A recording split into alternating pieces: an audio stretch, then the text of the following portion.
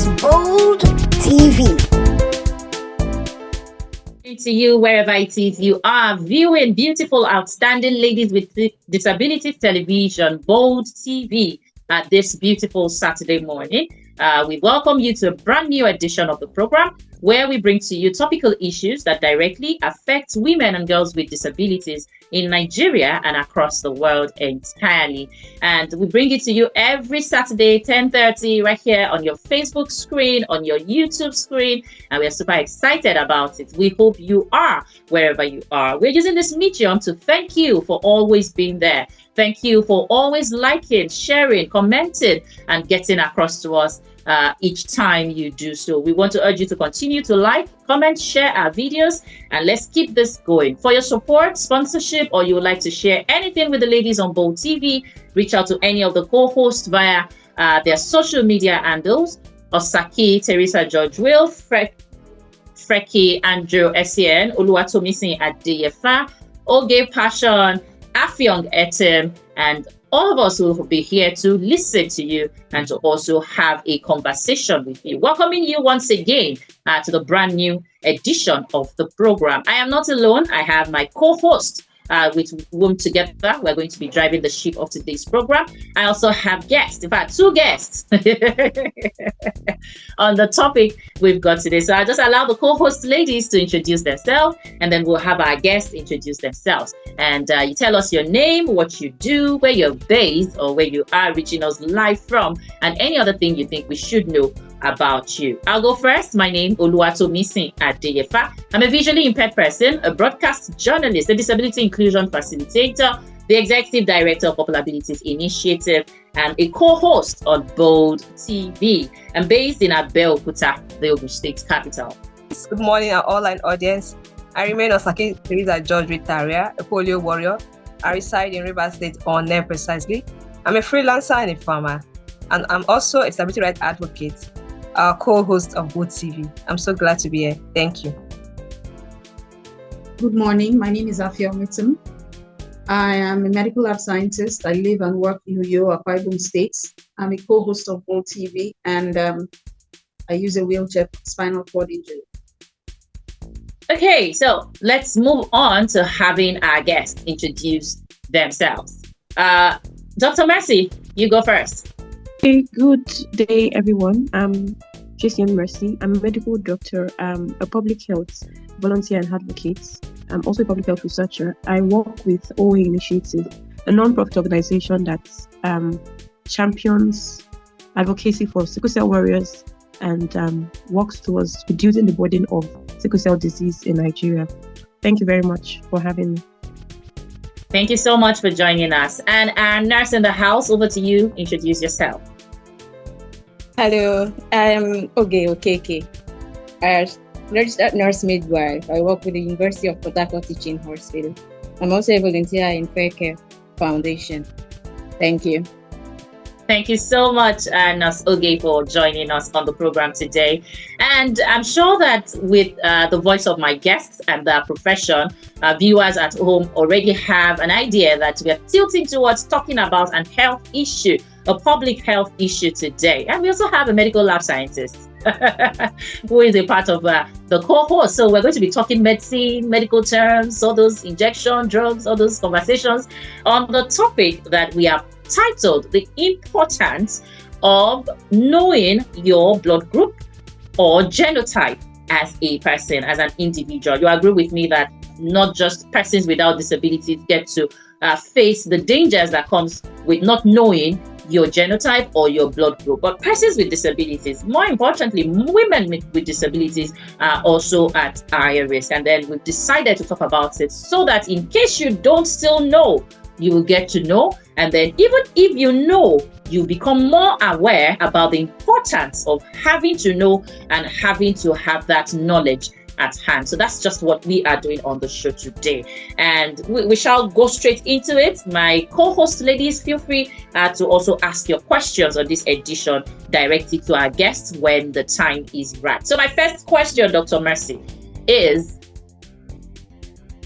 first, I want us to differentiate between it, because maybe not until recently, I for one did not know the difference between blood group and genotype. So if you ask me one, I give you a response that is made from the other. And they are like, no, I mean your genotype. And I'm like, okay, because I, for one, couldn't actually identify or differentiate between the two. So can you break it down for us? What is blood group? What is genotype? Okay, thank you very much. That's a very good question and very important because people get to mix them up. Blood group actually refers to the typing of, there are things that we call antigens on the blood cells, red blood cells. So the type that you have would let us know that the type you have infers or determines the blood group. So blood group is different. Blood group is blood group O, A, B, and then AB. So that is, it uses an ABO system. Of course, there are other systems, but the most common that we use is the ABO system. And then we also involve the resource antigen system, where you can actually now say, oh, I'm O negative, I'm A positive, B, and all of that. So it's O, A, B, and AB. Then the genotype. Genotype, actually, that word refers to genetic makeup for anything, but we basically use it in the hospital. Most times when we refer to that, we are using it for the hemoglobin genotype, and that refers to the AA, AS, the SC, and yes, that refers to the sickle cell traits or anything that has to do with the hemoglobin, that actually leads to the sickle cell crisis and all of that. So basically, that's how I'm going to differentiate between them. Okay, thank you very much. I just would want to ask Nurse Oge at this point in time that is there a pedestal to place these things on the hierarchy of importance? Which is more important, or are they both similarly as important? You mean the blood group and the genotype? Genotype, yes. Both of them are very important to know. So at every point in time, you are expected to know your blood group, and not just knowing A or O or AB. You have to know the rhesus factor, because that's what is synonymous with blood group. The rhesus factor is what determines whether you have A positive or A negative, and that rhesus factor is very important, especially during transfusion, so that they know the actual type of blood they are going to give you. And then genotype.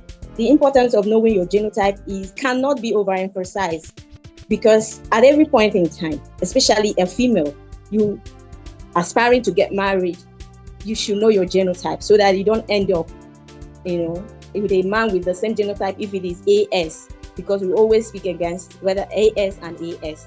So it's very imperative to know your blood group as well as your genotype. Thank you. Oh, okay. Thank you very much, Nurse Oge, for that clarity. So the both of them are just as important. Don't say, oh, I did one and I did not do the other one. Is it very important? Yes, you've heard it from the experts. You need to know the both of them. So before my ladies are qualified to ask questions, Osaki, do you know your blood group and genotype?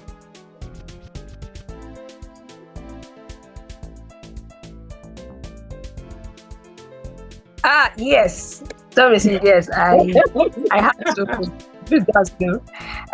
I think before now, usually I have to check it. So what I can tell you now, my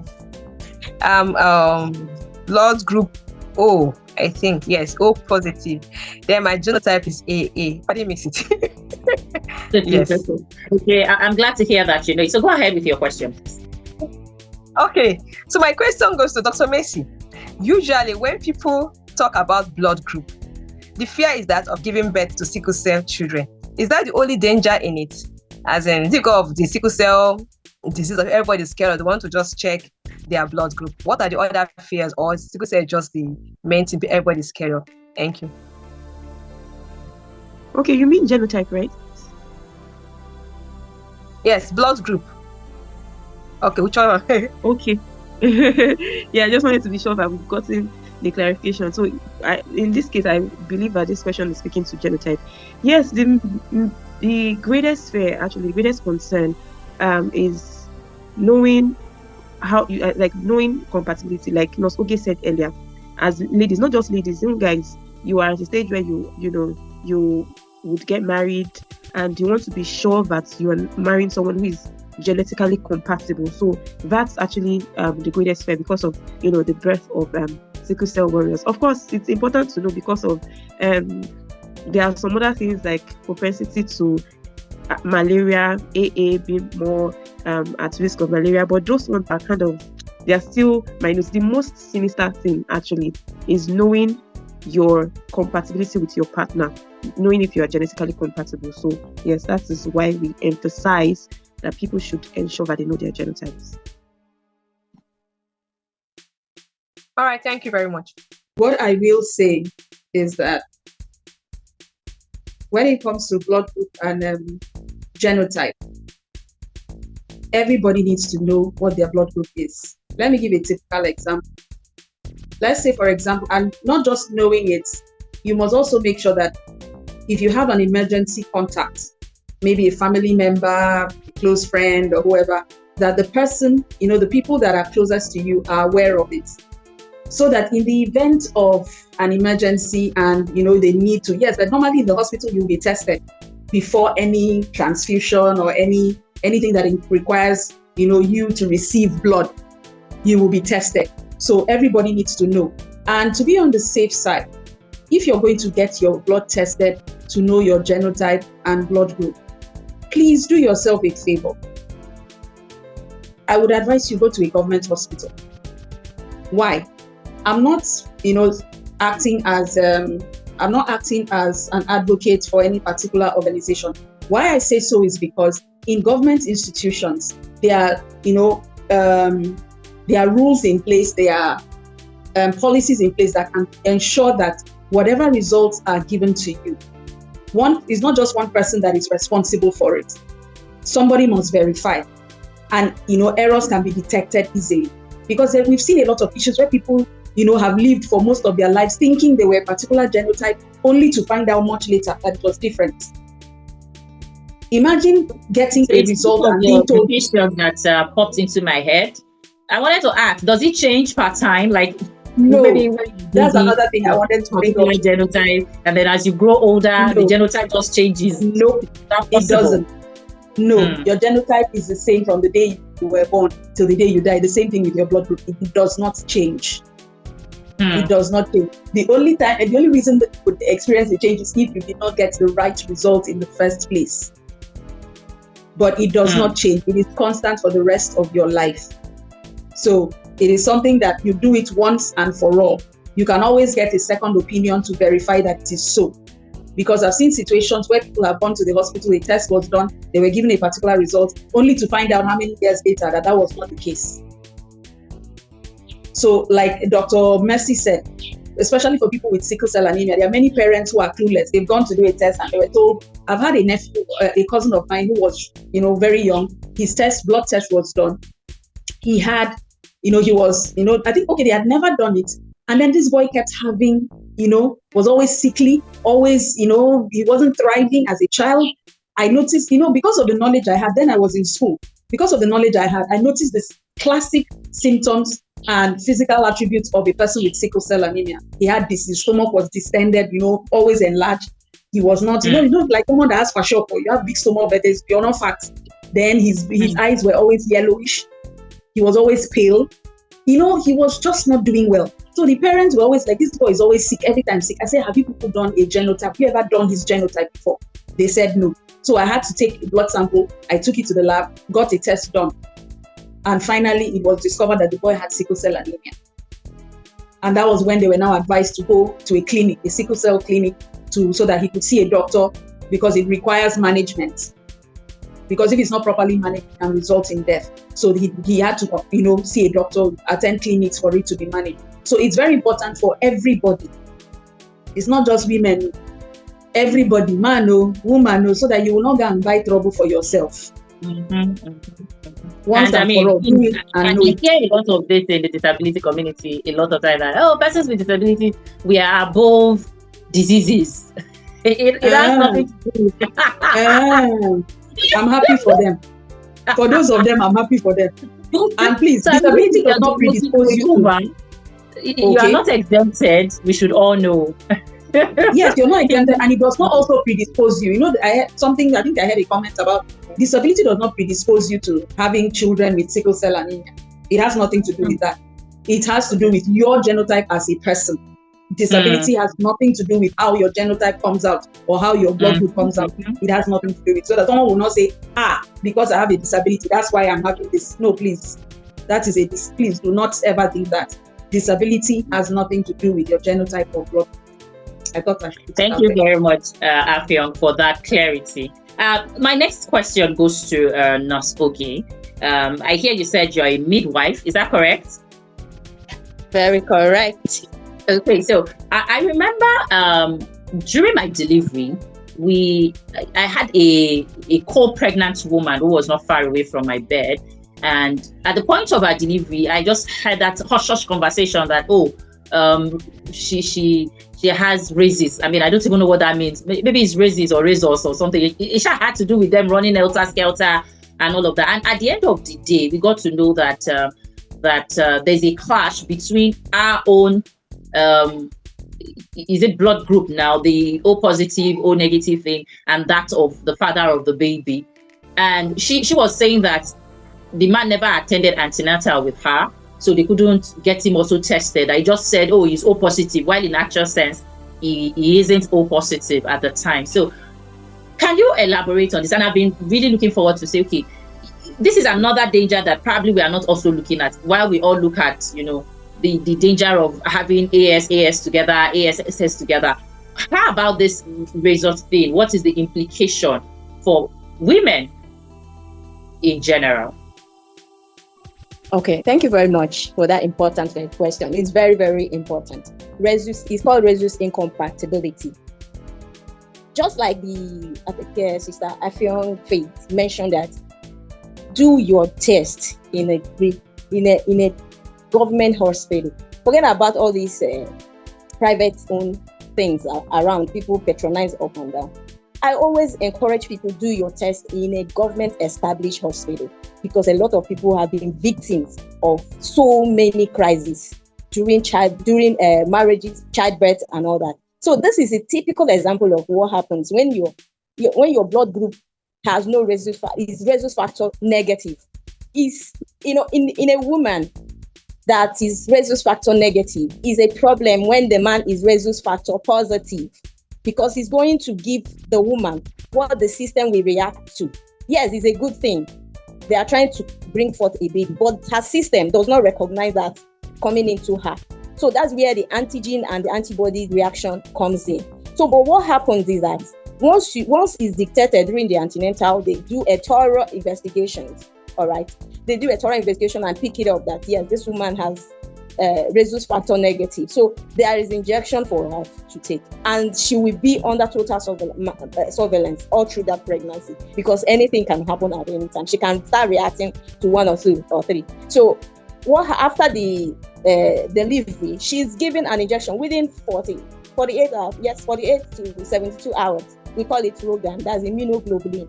She's being given so that her system will calm down concerning for that reaction going on. Then the baby is also admitted in the neonatal care. The baby is admitted and is being taken care of. So as a result of all this, we always advise, when you are checking your blood group and genotype, make sure you do it in a refined hospital, especially established hospital, so that they will know what they are doing and pick it up immediately. There's no harm you being rhesus negative and then marrying a rhesus positive man. There's no harm, but the only thing is that you have to be sure that you know, so that, and communicate, so that it won't be people will not be taken on our words. You know what you have and so that they will tell you what to expect and what not to expect at the end of the day. But at least is a milder than you having a sickle child. But there's a control, there's a drug the woman can take, and it can ease off. Thank you. Thank you very much, Nurse Oge. So, Dr. Mercy, there is this talk about, when you are AA, you are predisposed to malaria, and when you are AS, for instance, your own kind of ailment is stomach ache, and a lot of times you are predisposed to typhoid.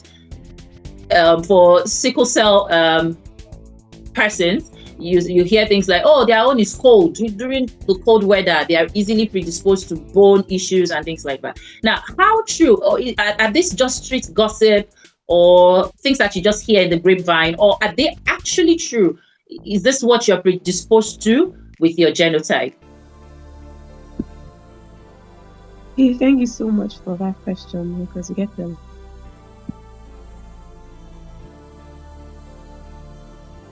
But for the the HBS genotype, that allele actually has some protective mechanism for the transmission of malaria, and even research has shown that that's is one of the reasons why we still have quite a lot of it in Africa. There's that research around the relationship between the S hemoglobin genotype and malaria.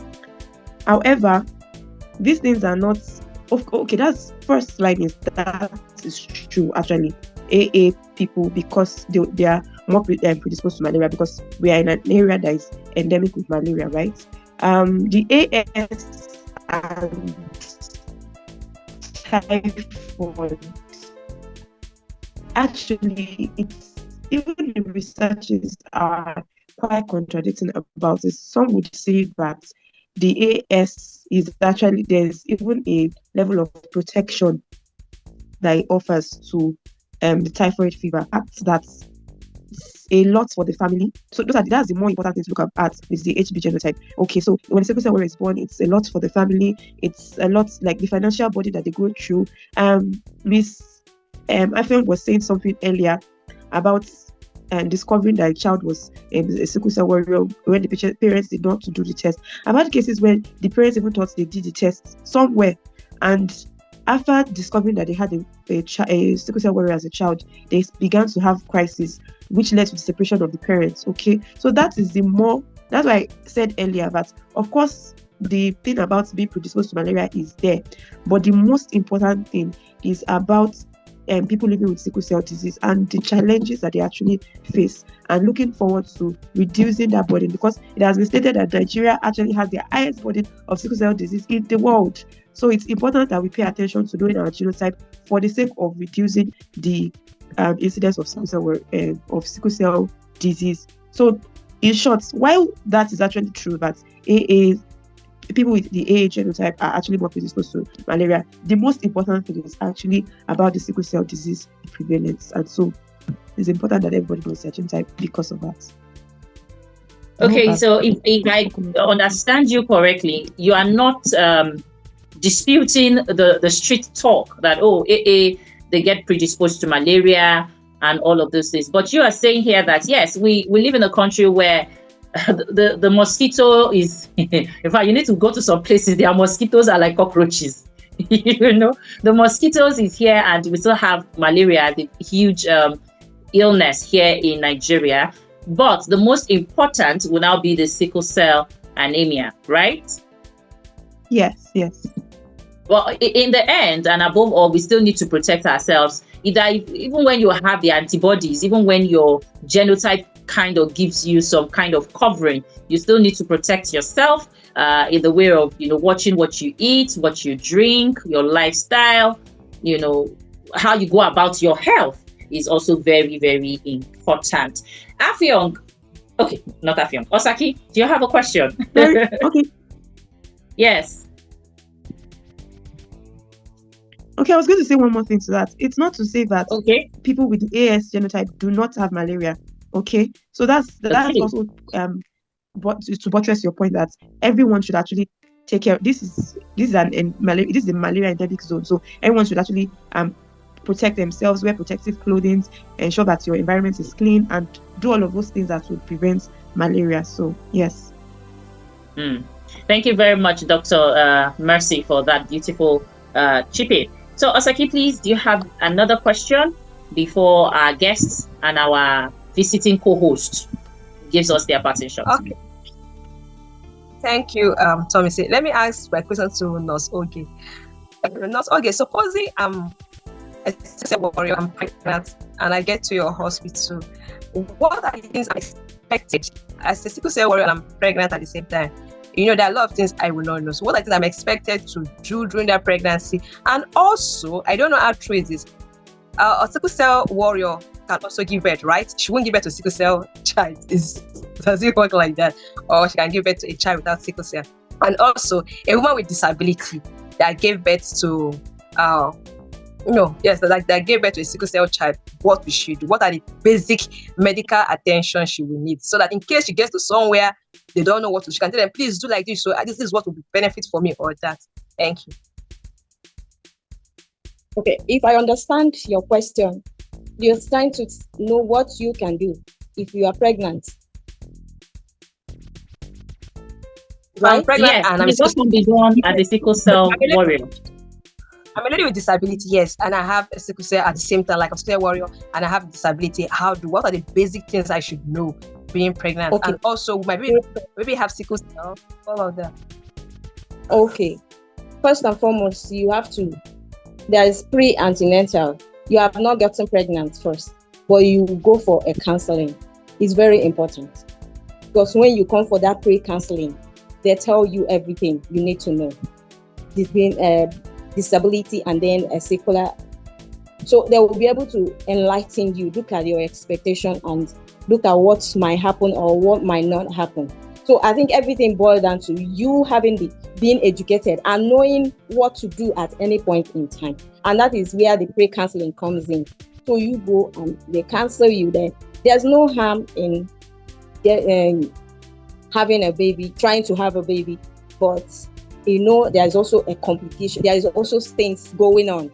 So it will not be as somebody who doesn't have that all that's going on. So the person's case will be much focused on, and then most times you will be in the hospital. If they are giving 1 month to other people, maybe your own might be weekly or 2 weekly.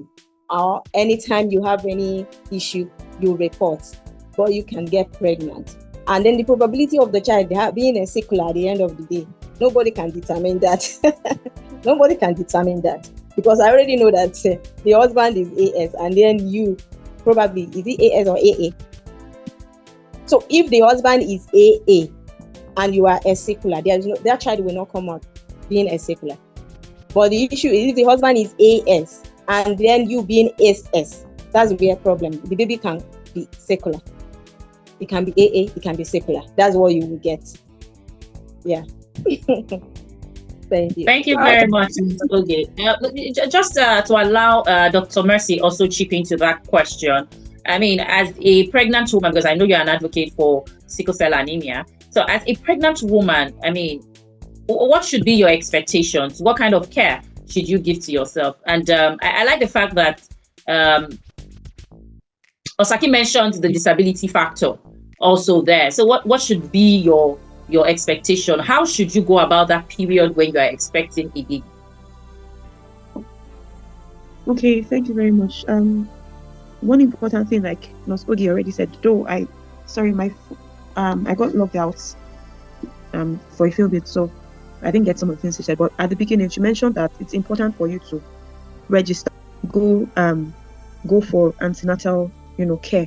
You're not the type of person that wants to risk staying at home and just coming towards delivery. Make sure you go there. And while you're taking your hematinics, of course, if you go for antenatal care, the doctors and nurses will be able to tell you that you're not supposed to take any iron containing tablets. All right, so you will take the other hematinics, the other drugs, medications, but not any iron containing tablets. And they want to ensure that you are well hydrated, because the pregnancy state might tip you also into greater risk of having crisis. So you want to stay hydrated, eat well, and take other protective measures like wearing protective clothing during that time, so that you do not have crisis. Because the crisis, when the woman is pregnant, would be worse and would even be a risk to her life and to that of the baby. Basically, those are the things to note. So, but if you go for a good antenatal care, you'll be given the right counseling, and when anything is going to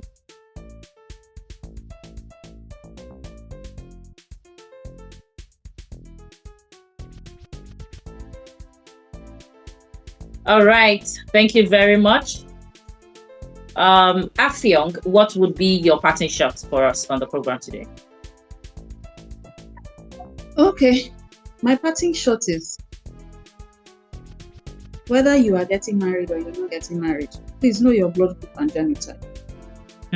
Save yourself a whole load of headache, because a time may come where you may need medical attention that requires either a blood transfusion or some other thing. You need to know, so that you're not taken unawares. And then you now decide to get married. Like Nurse Oge said, I remember, I don't know if anybody else heard that part. Me, I heard it, where she said, don't even get pregnant until you have gotten counseling if you have sickle cell anemia. If you're a woman with disability and you have your genotype is SS, that means you are a sickler, you have sickle cell anemia. Do not think of getting pregnant before you have had counseling. Let them tell you what you can expect, because you need to know so that you can make up your mind. Am I ready for this? So that you don't get in there and then tomorrow you will blame village people. It's not your village people. It's lack of knowledge. So go for counseling before you even get. I don't even allow you get to the point where you need to do whatever. Nobody is saying don't marry. Please, you deserve to love and be loved. But help yourself by getting knowledge. Love alone will not help you when the time comes. Get knowledge. What you have heard here, add it. Go to hospital. Let them also tell you this is what you can expect should you get pregnant. And then Osoge was saying you can't tell the genotype of the baby. You can tell. It's simple maths. When it comes to that one, for genotype, it's simple maths. If you're AA, your husband is AS. That means you have more than 70% chance. If you have, let's say you have 3 children, that means two out of the 3 can have AAs, and then maybe one will have AS. Somehow, because it's like you join the 2, you just combine the letters you have there, AAS. So if you have, like Osaki's question, and you are SS and your husband is AS, that means there's a possibility, depending on the number of children, that majority of your children may have SS, because S is the higher majority of the letters. So that's the simple math you can do. So before you go and marry, check it well, calculate the math, and know how it will come out in the future, and help yourself.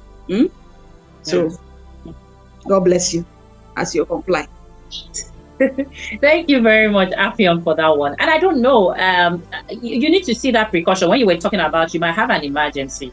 If you have ever drove a car, or you've ever applied for a driver's license, the information is always needed. In fact, it is usually on the card they print out for you that you put in your car, that you show everybody that this is my driver's license.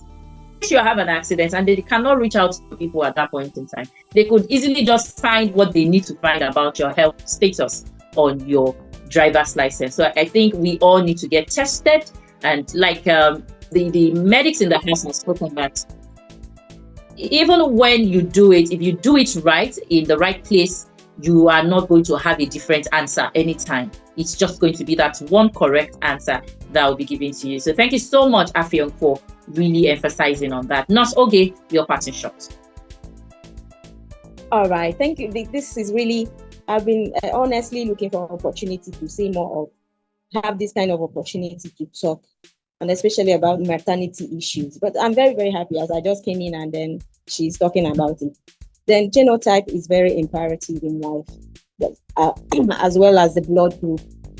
Always know your genotype. Always know your blood group. Don't mix it up at all. You know, most of our ID cards in our workplaces and all that, they have all those details. And it helps. And even your phone, you should also have it in your notes or to do whatever, how you want to save it. So at any point in time, you can access, even if you are forgetting, because most times if you're not in medical inclined, you can forget. So it's very important we take note of all these important things. Don't say it's not important. And I keep on emphasizing, don't do your test in a government established hospital.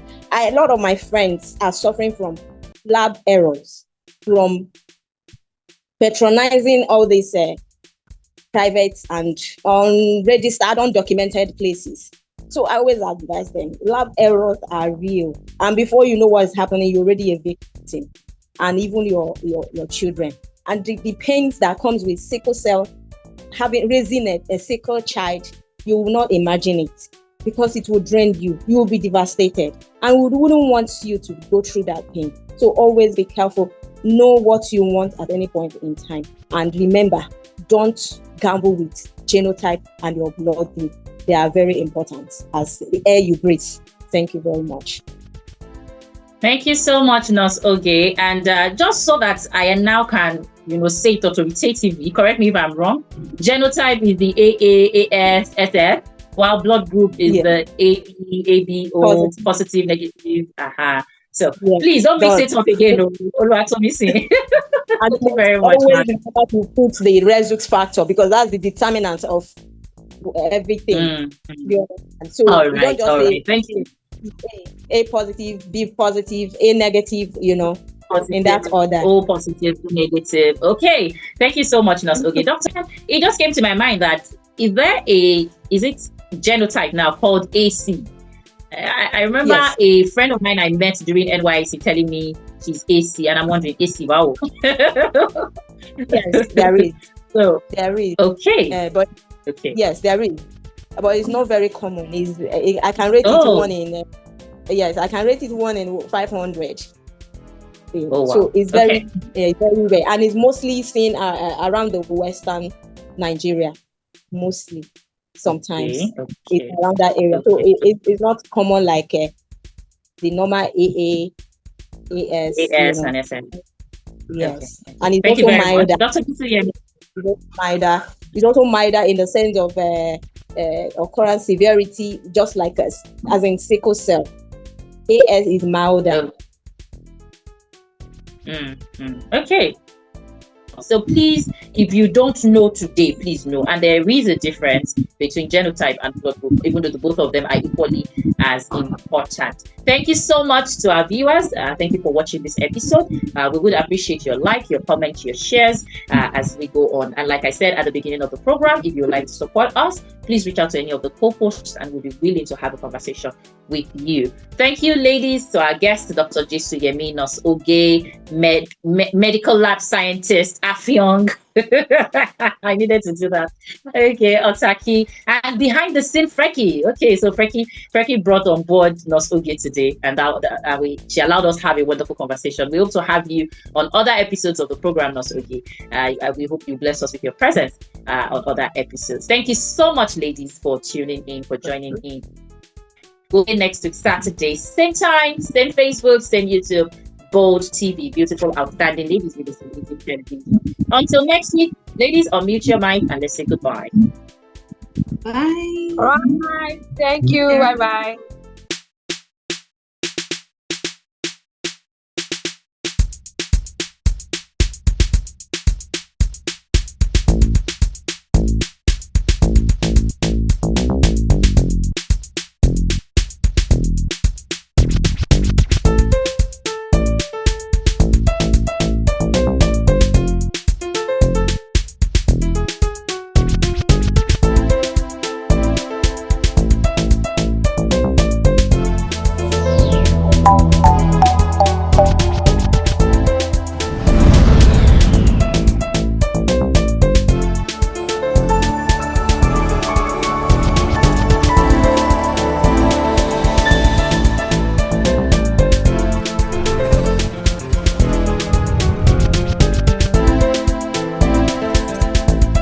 This is Bold TV.